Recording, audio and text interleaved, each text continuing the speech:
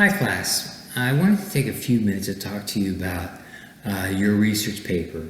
There's three major components that I've broken down in this class for you to complete your research paper. The first one is choosing a topic. It's an important component because it's going to be something that you're going to spend quite a bit of time doing research on. So what I would encourage you to do is to pick a topic that you have a particular interest in.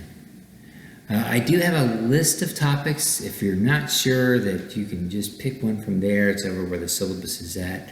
You can choose a topic from there if you'd like. Main thing with your research paper is that you want to make sure there's some type of a debate or some type of pro and con approach to it. For example, if you're in my Psych 101 course, you might want to look at aggression.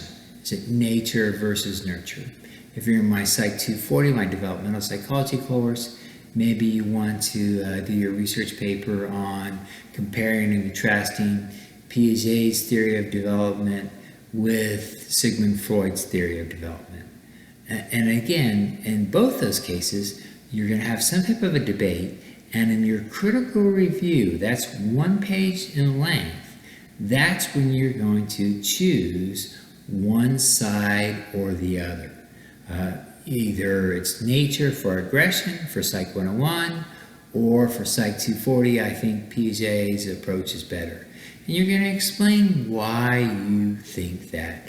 This is your own thoughts. You can certainly, use your research to support your thoughts, but this is a time when you can get and express yourself.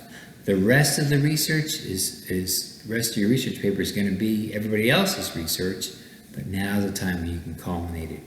So that's why it's so important to make sure that you pick a topic that you'll find interesting and that lends itself to a debate.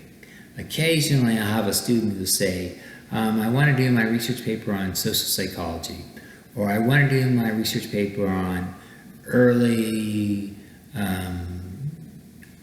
childhood cognitive development. Both of those are too broad.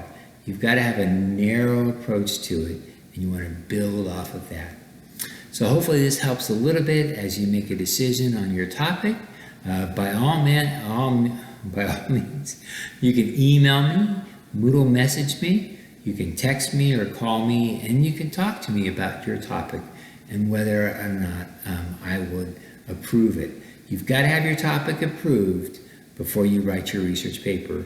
And the reason why is because I'd hate for you to pick a topic that had nothing to do, first was too broad or too narrow, or worst case, had nothing to do with the field.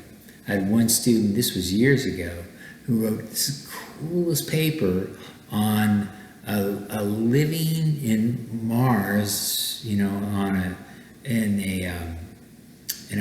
some type of a structure that they could survive the environment in Mars. And it was so cool, but it had nothing to do with psychology.